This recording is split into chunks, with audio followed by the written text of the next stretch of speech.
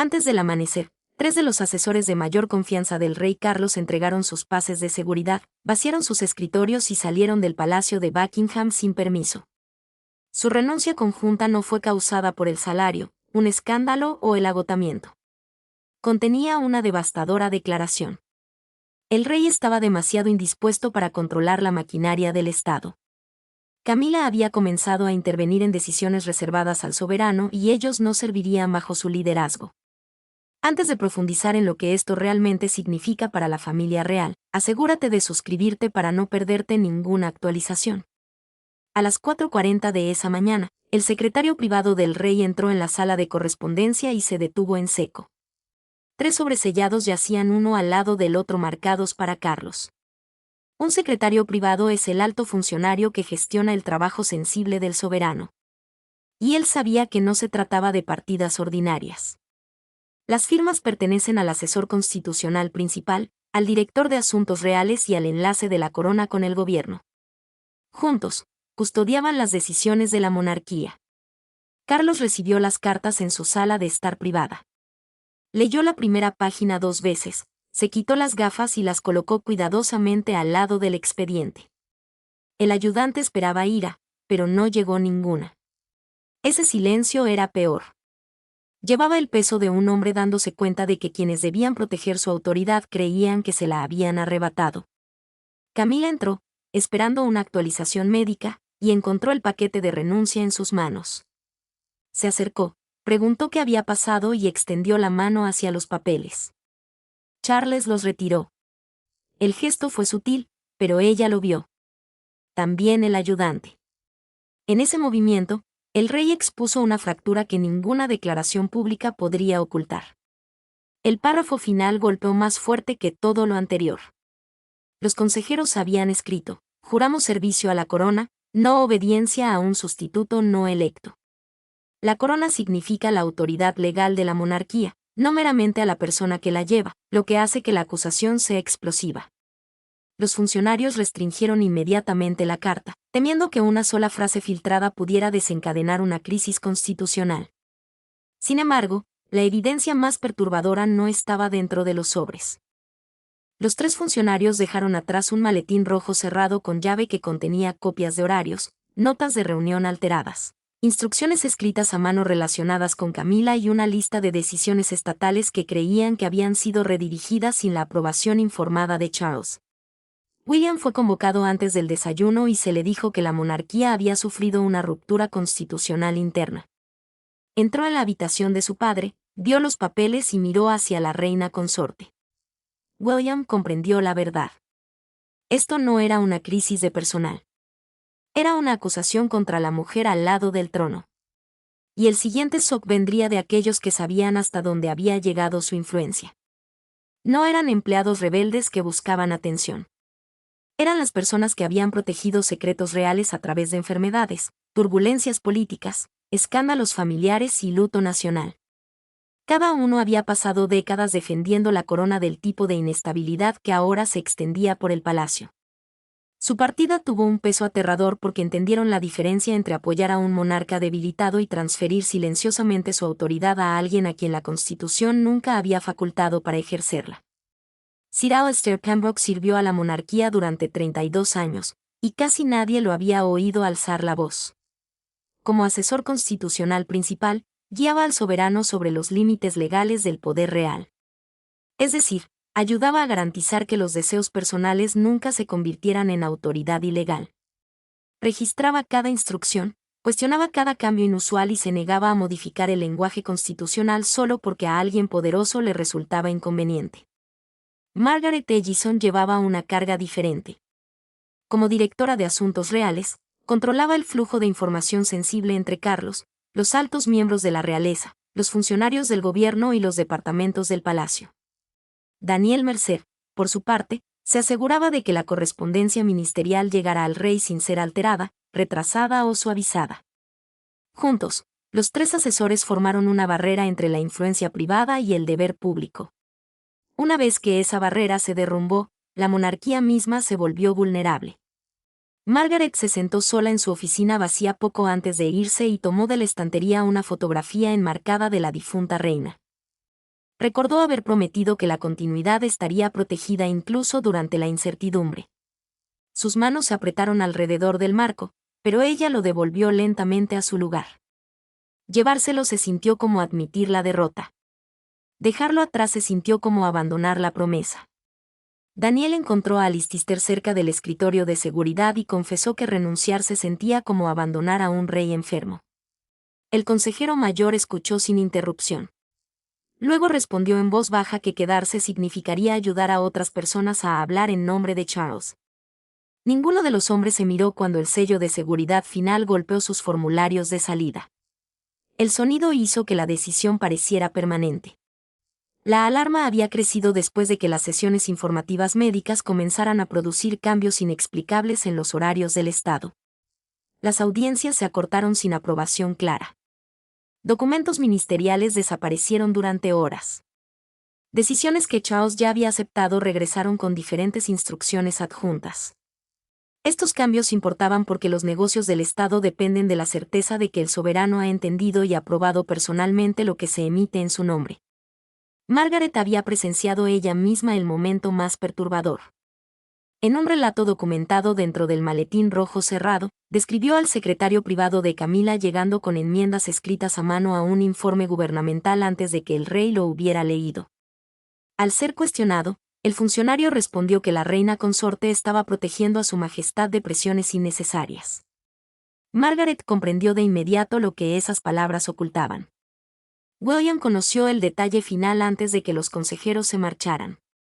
Un memorando alterado se refería a una transferencia temporal de funciones reales durante la enfermedad de Carlos. Su nombre había sido eliminado del borrador original. En su lugar apareció un texto que otorgaba a Camila un papel de coordinación. Los 3 consejeros no habían dimitido por una incómoda reunión. Su decisión se había forjado a través de semanas de pruebas, miedo y silencio. Pero una confrontación en Windsor se convertiría en el punto de no retorno. Cada crisis tiene un momento que luego resulta imposible de olvidar. Para los consejeros dimisionarios, llegó durante una reunión privada en Windsor celebrada 11 noches antes de sus dimisiones. Se esperaba que Carlos aprobara un calendario reducido mientras se recuperaba de un repentino deterioro de su salud. En cambio, Camila llegó con una carpeta marcada, despidió a 2 ayudantes y comenzó a dar instrucciones como si la decisión ya estuviera tomada, y la firma del rey fuera solo una formalidad final. Carlos había sufrido una fatiga severa durante una audiencia privada apenas unas horas antes. Su médico le aconsejó 14 días de funciones reducidas, no porque la monarquía hubiera dejado de funcionar, sino porque una decisión equivocada tomada bajo agotamiento podría dañar la confianza al más alto nivel. Una audiencia privada es una reunión confidencial entre el soberano y un funcionario, y el incidente había generado temores de que ya no pudiera gestionar de forma segura todas las demandas que se le presentaban. Guillermo entró en la sala ya tenso. Sir Alistair Pembroke, Margaret Ellison, Daniel Mercer, el médico del rey y un representante del gobierno tomaron sus puestos sin hablar. Camila cambió la atmósfera de inmediato al colocar su propio horario anotado sobre la mesa antes de que comenzara la reunión informativa oficial. No pidió permiso. Actuó como si el permiso ya le hubiera sido concedido. Carlos abrió la primera página e intentó explicar qué compromisos se pospondrían. A mitad de la frase, perdió el hilo. William extendió la mano hacia la carpeta para ayudar, pero la reina consorte la cerró antes de que su mano llegara. Ella le dijo a la sala que el rey ya había aprobado un acuerdo revisado y que una discusión adicional solo lo agotaría. William miró directamente a su padre y preguntó si él había revisado personalmente los cambios. El monarca vaciló. Luego miró a Camila antes de responder. Esa sola mirada sacudió al príncipe más profundamente que cualquier admisión hablada. Sugería que Carlos ya no estaba seguro de qué instrucciones eran suyas y cuáles se habían colocado a su alrededor mientras estaba débil. Camila entonces ordenó a Daniel que pospusiera una audiencia ministerial y la reemplazara con una consulta privada dirigida por su oficina. Una audiencia ministerial es una reunión formal donde los asuntos de gobierno se discuten directamente con el soberano, lo que hace que cualquier cambio no autorizado sea constitucionalmente peligroso. Daniel se negó. Declaró con calma que ninguna consorte podía redirigir los asuntos de Estado sin la clara aprobación del rey. Camila no se ablandó. Ella le dijo, entonces puedes decidir si tu lealtad es al procedimiento o a la supervivencia del rey. Alistair inmediatamente anotó la frase en su cuaderno. Margaret más tarde la identificó en un relato documentado como el momento exacto en que los tres consejeros comprendieron que la corrección silenciosa ya no era posible. Carlos se sintió indispuesto antes de que terminara la reunión y fue escoltado fuera de la sala. Camila se quedó atrás, puso su mano sobre el horario oficial, y dijo a los consejeros que las revisiones se mantendrían. 11 días después, aparecieron sus cartas de renuncia. Una vez que esa confrontación oculta de Windsor entró en el expediente de renuncia, Camila exigió una reunión final. Y esta vez, ninguna mesa abarrotada protegería a nadie de la verdad. Al mediodía, la crisis ya no podía ser contenida mediante memorandos e instrucciones susurradas. Camila ordenó a los tres consejeros salientes de regreso al Palacio de Buckingham y los confrontó en un salón privado sin secretarias, sin taquígrafo ni distancia ceremonial. Lo que siguió no fue una discusión sobre el empleo. Fue una batalla sobre quién había protegido al rey, quién lo había controlado, y si la lealtad requería obediencia o resistencia. Carlos había solicitado personalmente la conversación final y esa fue la única razón por la que los consejeros regresaron. Un escriba de grabaciones es el funcionario que crea un registro formal de reuniones delicadas del palacio. Así que excluir a uno significaba que cada palabra dependería de la memoria y el coraje. Sir Alistair Pembroke entró primero, seguido por Margaret Allison y Daniel Mercer. Esperaban que el rey liderara. En cambio, Camila estaba junto a su silla mientras él se sentaba pálido, agotado y visiblemente más pequeño bajo el peso de la sala. Guillermo llegó por insistencia de su padre y eligió un asiento frente a la reina consorte. El príncipe no se sentó cerca de ella, y la distancia llevaba su propia advertencia. Estaba allí como heredero al trono, la persona siguiente en la línea para convertirse en soberano, no como miembro de su casa. Carlos notó la elección. Ella también. Camila acusó a los tres consejeros de humillar a un monarca enfermo y abandonarlo cuando la estabilidad importaba más. Dijo que su renuncia había debilitado la corona más de lo que jamás podría haberlo hecho cualquier calendario disputado. Margaret sostuvo la mirada y respondió que se habían quedado hasta que permanecer se convirtió en un acto de deshonestidad. La voz de la directora tembló una vez, pero sus palabras no. Sir Alistair colocó entonces su credencial de seguridad sobre la mesa. El sonido atravesó la sala. Miró directamente a Camila y dijo, «Usted no tenía derecho a alterar las instrucciones del Estado». Ella echó su silla hacia atrás, se levantó y exigió que Charles lo contradijera. El rey intentó hablar, pero se detuvo cuando el consejero abrió una carpeta y colocó dos versiones del mismo memorando ministerial. Una copia llevaba la aprobación original de Charles. Un memorando ministerial es un documento oficial utilizado para comunicar asuntos de gobierno al soberano, lo que hace que los cambios no autorizados sean profundamente graves. La segunda copia contenía enmiendas solicitadas por la oficina de Camila después de que el monarca se retirara por la noche.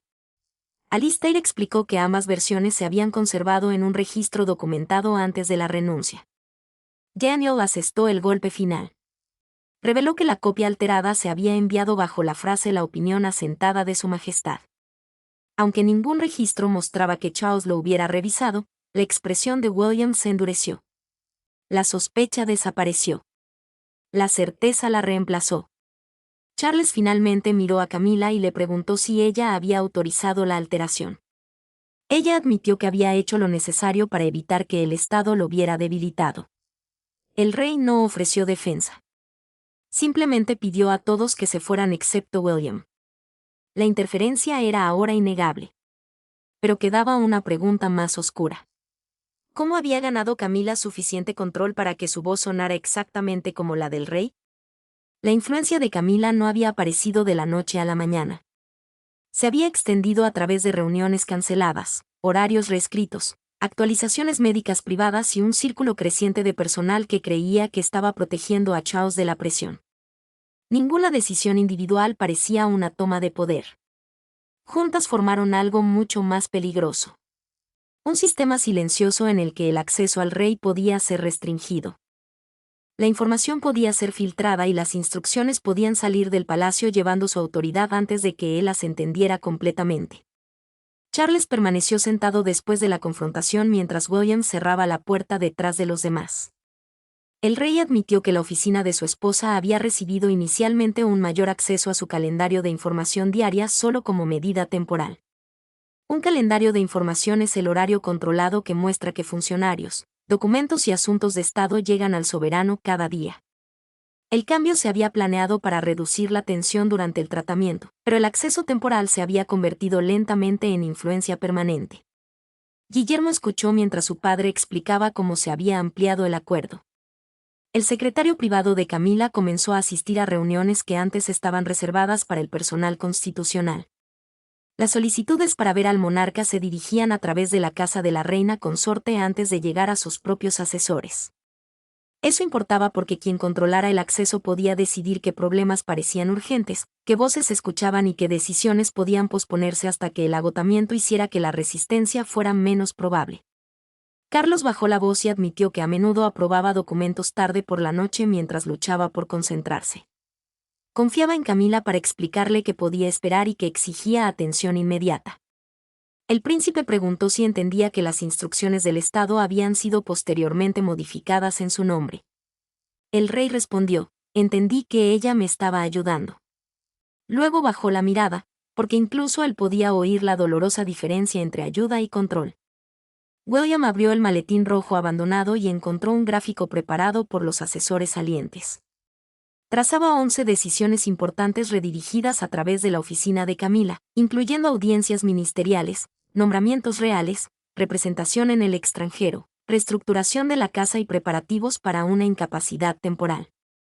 Incapacidad temporal significa un periodo en el que el soberano está demasiado indispuesto para cumplir con todas sus funciones oficiales, lo que hace que la gestión de esos planes sea especialmente delicada. La evidencia más perturbadora apareció en una nota escrita a mano. Instruía al personal a darle a William solo extractos esenciales de los informes médicos y constitucionales hasta que la posición del rey se estabilizara.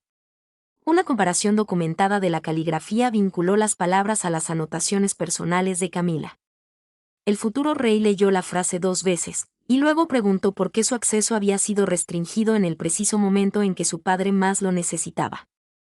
Charles no tuvo respuesta. William encontró algo peor debajo de la nota. 2 altos funcionarios restantes ya habían firmado un acuerdo interno de asignación, aceptando el sistema de información restringido. No solo habían seguido los deseos de Camila una vez. Habían ayudado a construir la estructura a su alrededor. Las renuncias ya no eran una protesta aislada. Eran la primera fractura visible en un palacio que ya se dividía en lealtades opuestas. Y a medida que las copias de la carta de renuncia llegaban a las oficinas gubernamentales, las consecuencias se hicieron sentir con brutal rapidez. A la mañana siguiente, 3 sillas vacías habían paralizado el centro del gobierno real. Las reuniones informativas se estancaron. Las audiencias se pospusieron. El personal superior se negó a firmar instrucciones cuya autoridad no podían verificar. El palacio aún parecía tranquilo desde afuera, pero en cada pasillo resonaba la misma pregunta temerosa. ¿Estaban sirviendo a Carlos o se habían convertido en parte de una transferencia oculta de influencia que ninguna ley, tradición o declaración pública había aprobado? La oficina de enlace gubernamental suspendió 2 paquetes de información sensible hasta que el palacio confirmara quién podía recibirlos y modificarlos. Un paquete informativo es una colección segura de documentos oficiales preparada para el soberano, y retrasar uno nunca es algo rutinario. La decisión importaba porque la incertidumbre sobre la autoridad del rey podía convertirse rápidamente en incertidumbre dentro del propio gobierno. Una instrucción poco clara podría dañar la confianza mucho más allá de los muros del palacio. La audiencia programada de Carlos con el primer ministro se acortó y se trasladó a una sala más pequeña. Una audiencia es una reunión oficial privada con el soberano donde se pueden discutir asuntos nacionales en confidencialidad. Guillermo permaneció cerca por si su padre se ponía indispuesto. La oficina de Camila, sin embargo, fue excluida de recibir las notas privadas. Esa única restricción anunció lo que ninguna declaración del palacio se atrevía a decir todavía. Su acceso ya no era de fiar. Camila descubrió el cambio cuando un oficial de seguridad retiró su carpeta de acceso del escritorio del rey bajo instrucciones de Guillermo. Ella observó en silencio hasta que el oficial llegó a la puerta. Entonces preguntó si ahora la estaban tratando como una amenaza dentro de su propio hogar. La reina consorte esperaba una reafirmación. No llegó ninguna. Carlos oyó lo sucedido y se mostró visiblemente angustiado. Él insistió en que Camila no debía ser humillada delante del personal, especialmente después de haber estado a su lado durante su enfermedad. William respondió que proteger sus sentimientos no podía anteponerse a restaurar la confianza en la corona. Las palabras del príncipe eran controladas, pero la ira que la subyacía era imposible de pasar por alto. La crisis se profundizó cuando dos altos cortesanos presentaron declaraciones escritas. Ambos confirmaron que el séquito de Camila les había dado instrucciones verbales y les había ordenado presentar esas instrucciones como preferencias del rey. Uno admitió que nunca buscó confirmación directa porque Carlos parecía demasiado agotado para ser molestado. Esa confesión expuso el peligro claramente. La preocupación por el monarca se había convertido en la excusa para saltárselo. Margaret dejó un relato grabado aún más dañino. Describió una noche en la que Camila pidió que se reconsiderara un nombramiento estatal porque el candidato no le inspiraba confianza personal. El nombramiento se retrasó sin explicación constitucional, demostrando que la incomodidad privada había entrado en la toma de decisiones oficial. El palacio se dividió casi instantáneamente. Algunos defendieron los motivos de Camila, otros condenaron sus métodos. Carlos escuchó a ambas partes hasta que el ruido se volvió insoportable. Entonces hizo una petición inesperada. Quería a William solo, sin ayudantes, documentos ni voces que compitieran. La institución había llegado a su punto de quiebre. Su futuro se decidiría ahora en una conversación privada entre un padre enfermo y el hijo que se preparaba para heredar su carga. Esa noche, Carlos despidió a todos los ayudantes de su biblioteca privada y le pidió a William que cerrara la puerta. No se trajeron cajas rojas. No esperaban abogados constitucionales afuera. Por primera vez desde las renuncias, el rey no estaba rodeado de personas que interpretaran sus necesidades o lo protegieran de verdades difíciles. Simplemente era un padre enfrentando a su hijo y un soberano obligado a admitir que la enfermedad había permitido que el amor, el miedo y la autoridad se enredaran peligrosamente. Carlos comenzó lentamente. Explicó que Camila lo había apoyado a través del dolor, el agotamiento y los momentos en que las tareas oficiales se sentían físicamente imposibles. Una caja roja es el estuche seguro que se usaba para llevar documentos gubernamentales al soberano y dejar esas cajas afuera importaba porque esta conversación no era sobre procedimientos. Era sobre confianza. El rey insistió en que sus acciones habían surgido del miedo a que la monarquía pareciera sin liderazgo mientras se luchaba. William reconoció su cuidado, pero se negó a confundir devoción con autoridad. El príncipe le dijo a su padre que la protección privada nunca podría justificar cambiar decisiones de Estado o limitar el acceso de los herederos a información esencial. Esa distinción importaba porque la corona dependía de una responsabilidad clara. Una vez que varias personas podían hablar en nombre del monarca, nadie podía estar seguro de a quién obedecían. Charles finalmente admitió lo que había ocultado a todos. Temía que revelar el alcance total de su enfermedad lo hiciera parecer incapaz. El monarca había permitido que Camila asumiera más responsabilidad porque pedir ayuda se sentía demasiado cercano a rendir la corona. Su voz se debilitó al decirlo. Por primera vez, William escuchó no solo a un rey defendiendo su reinado, sino a un padre aterrorizado de volverse dependiente. William acercó su silla. Le dijo a Carlos que la enfermedad no lo había mermado y que pedir apoyo nunca lo habría hecho menos digno. Permitir que otra persona hablara por él, sin embargo, había puesto en peligro tanto su reinado como su matrimonio. El futuro rey no alzó la voz. No lo necesitaba. Carlos reveló entonces, a través de su conversación privada grabada, que nunca había autorizado a Camila a excluir a Guillermo de las sesiones informativas médicas o constitucionales. Cuando el príncipe colocó la nota escrita a mano ante él, el rey reconoció su letra de inmediato. Leyó la frase 2 veces, luego cerró los ojos. El límite no se había difuminado simplemente. Había sido cruzado sin su consentimiento informado. Carlos buscó una orden formal y la firmó con mano firme. El documento devolvía toda comunicación constitucional a su secretaría oficial, la oficina responsable de gestionar los asuntos de Estado del soberano. Otorgaba a Guillermo acceso completo durante cualquier periodo de incapacidad y prohibía al séquito de la reina consorte emitir instrucciones de Estado. El rey pidió entonces a su hijo que trajera de vuelta a los 3 consejeros, no para borrar lo sucedido, sino para ser testigos de la corrección.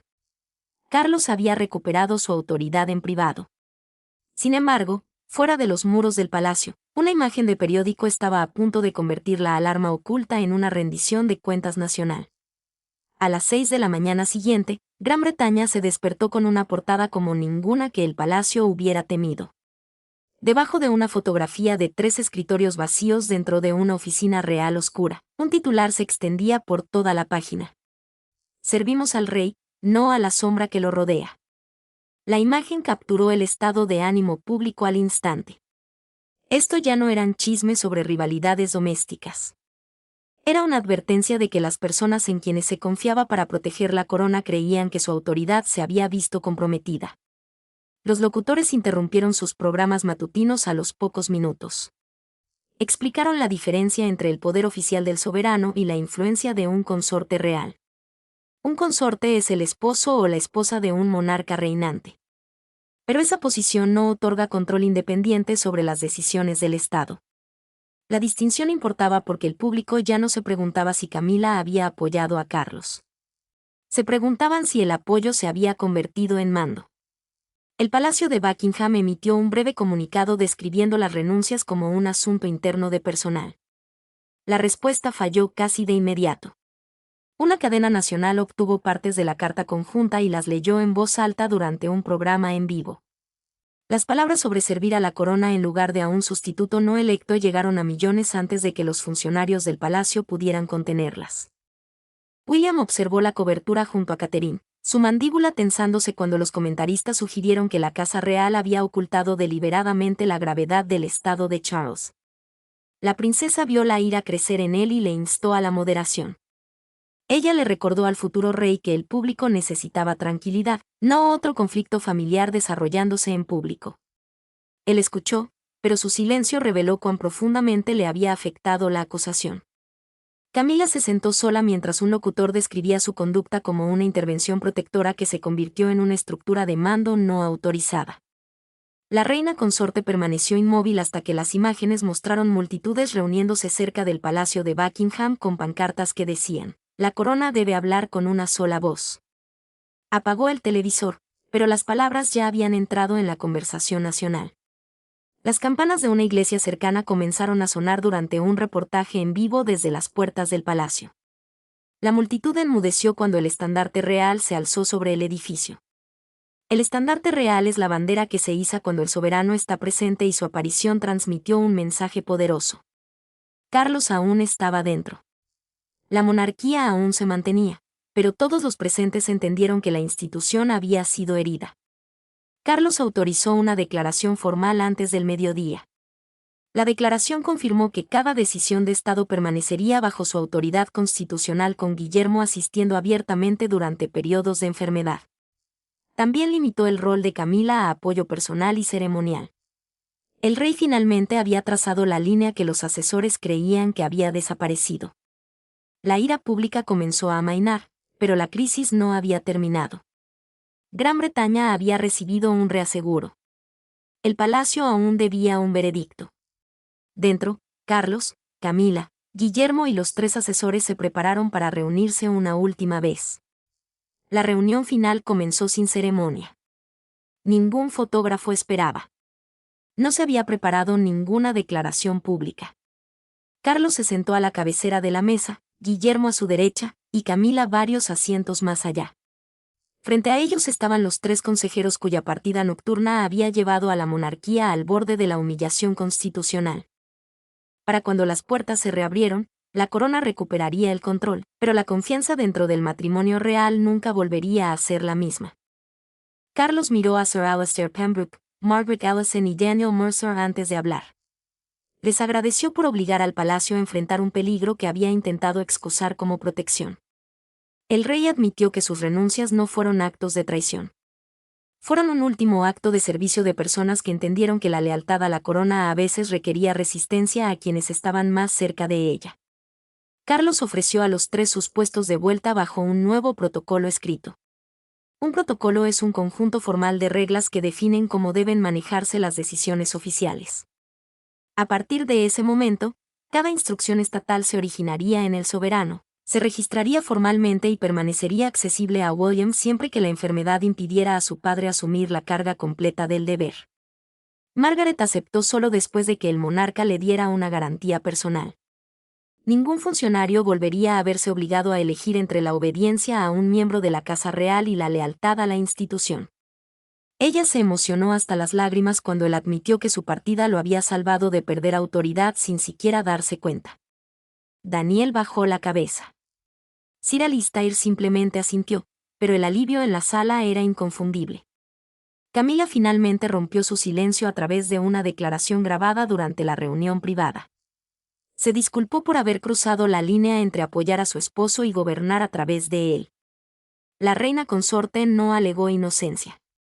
Admitió que el miedo la había convencido de que el control era lo mismo que la protección.